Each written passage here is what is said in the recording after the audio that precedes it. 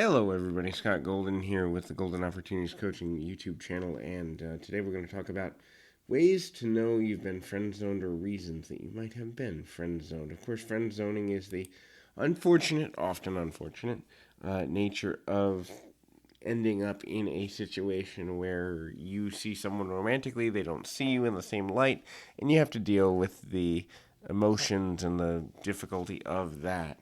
And so there's 7 reasons I want to run through here.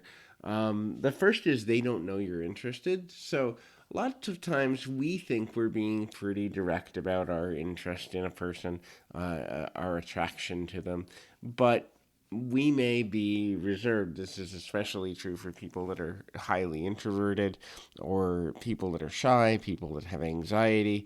The human mind is a tricky thing.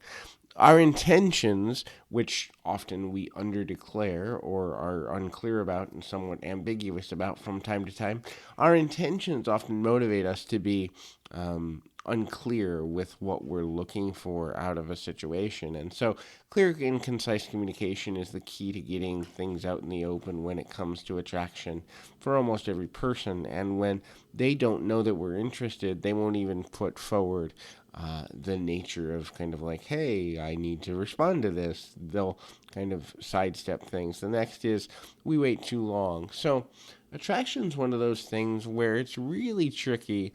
And I deal with a lot of clients who are, hey, is he or she interested? And it's like, well, you got to have a conversation.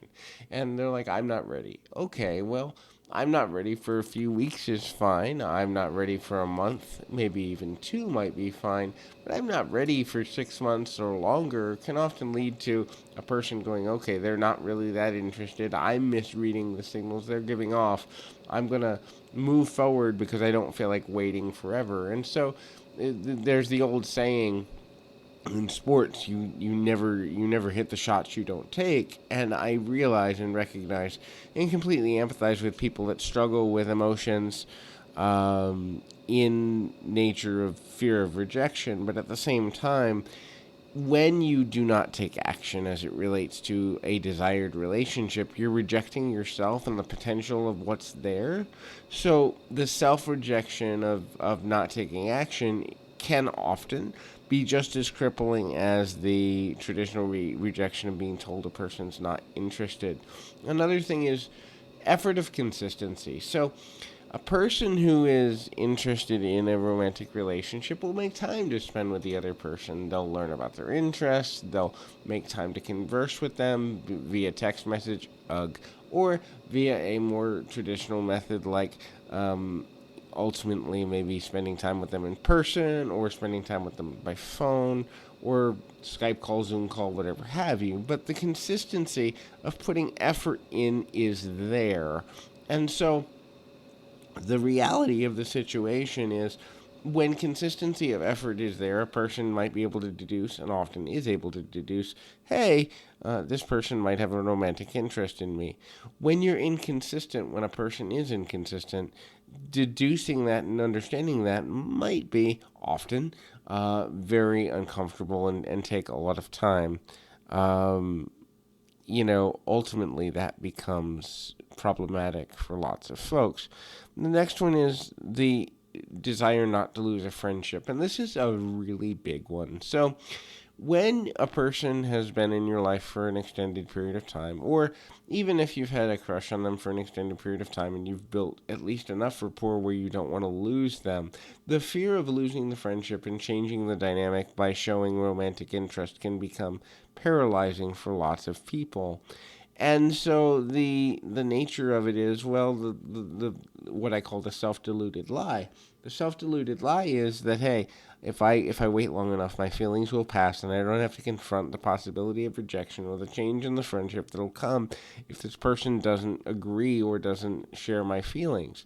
The problem is it's a self-deluded lie, self-deception, because you're always going to have that attraction in the air somewhere, even if it varies in intensity, even if it varies in frequency of expression and feeling, you're going to have it.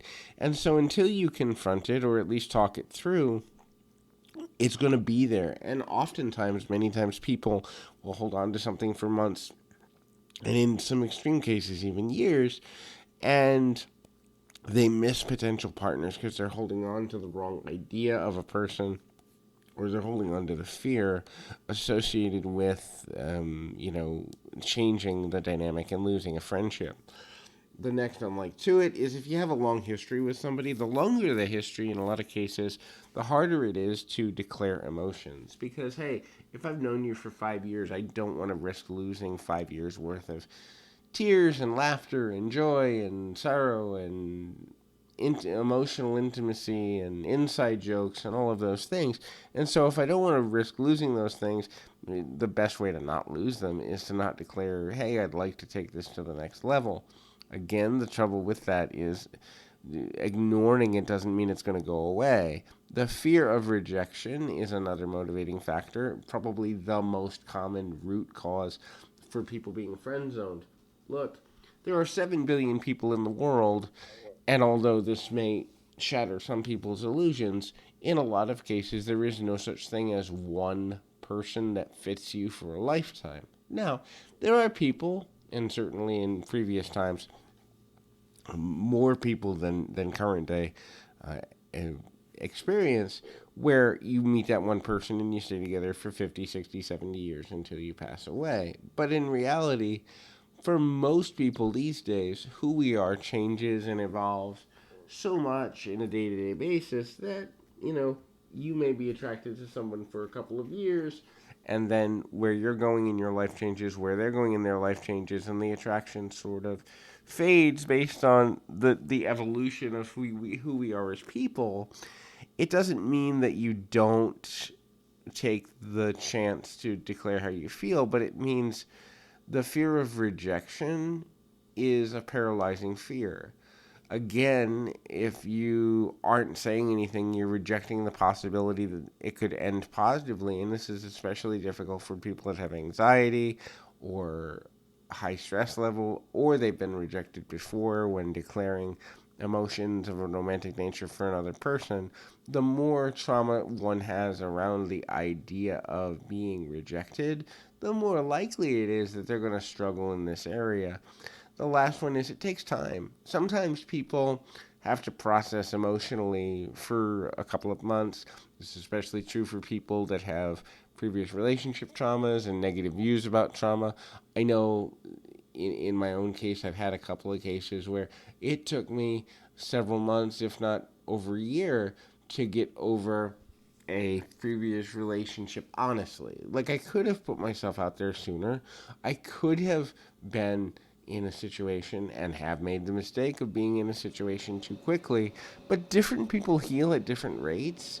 And so if a person is not healed from a previous relationship, or they're deceiving in one way or another, that they're ready but they're really not, they may take longer than is comfortable for, uh, you know, ultimately trying to figure out where a relationship goes or how it develops. And so those are just some things that may cause you to be friend zoned, or thoughts and emotions that make the friend zone a more likely outcome. If there is a topic you'd like to see discussed, or if you are trying to get to a place where your relationships are more fulfilling and healthier, it would be my honor and pleasure to be of service to you in the way of helping you to figure out, hey, this is kind of where we need to go with this. And until next time, keep your feet on the ground, your mind in the moment. Until next time, everybody.